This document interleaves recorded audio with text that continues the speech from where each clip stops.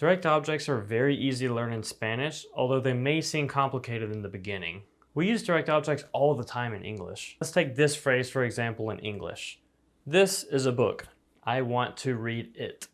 Now how will we go about translating this to Spanish? First we'll translate this part of the sentence because it's very simple. This is a book would just be este es un libro. Now the second part is where this gets trickier because we have this it word. In Spanish there are two words that we can use because one is feminine and one is masculine. Those words are lo and la. Lo is the word that we're going to use for masculine words, and la is what we're going to use if we're talking about feminine words. So in this phrase, for example, since we're talking about el libro, which would be a masculine word, we're going to use the word lo. And we always place the direct object before a verb, so it would look like this. I want to read it. We're going to move that it to the beginning of the sentence or before the verb, and we're going to say lo quiero leer. Lo quiero leer.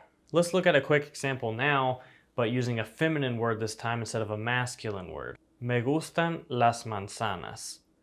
Las quiero comer. In English, this would be, I like apples, I want to eat them. But notice that this time, since las manzanas was plural, it wasn't just la manzana, we just simply add an S at the end of la. Direct objects can also be used to talk about people, not just things, which is why in Spanish, I love you is te amo, because te is the direct object of you. It's not amo tú. That would be incorrect. So we have to say te amo. Here are the direct objects to talk about me, he, she, you, us. They're all here.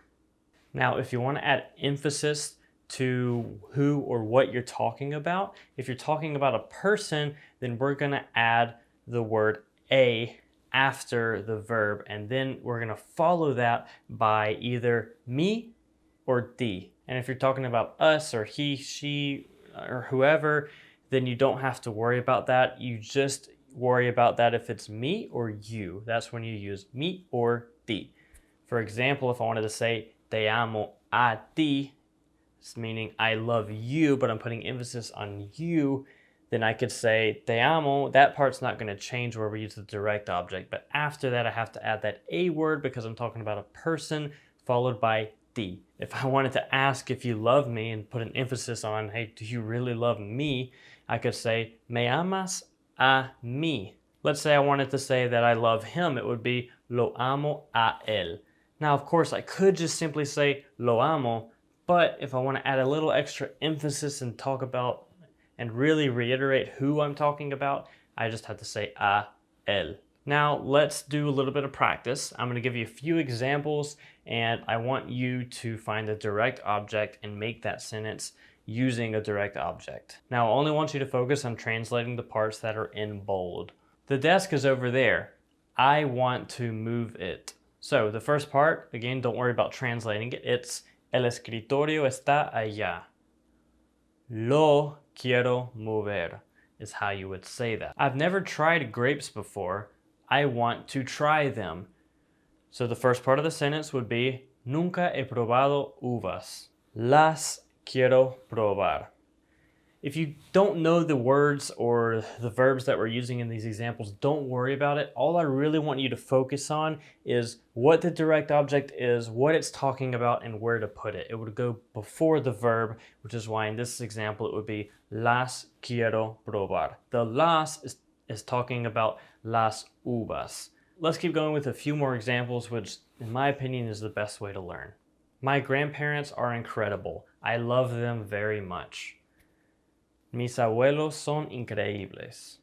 Now let's look at the part where I want you to put the direct object there.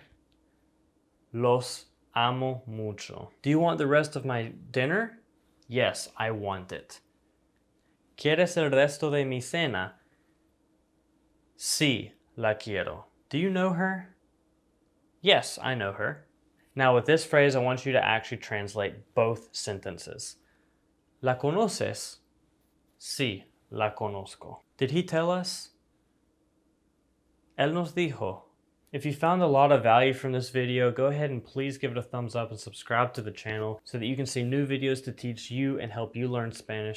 Keep your eye out for a video talking about indirect objects next, because there's only a slight difference. So if you've learned the direct objects, you're going to get the indirect objects down like that. Have fun learning. Hasta luego.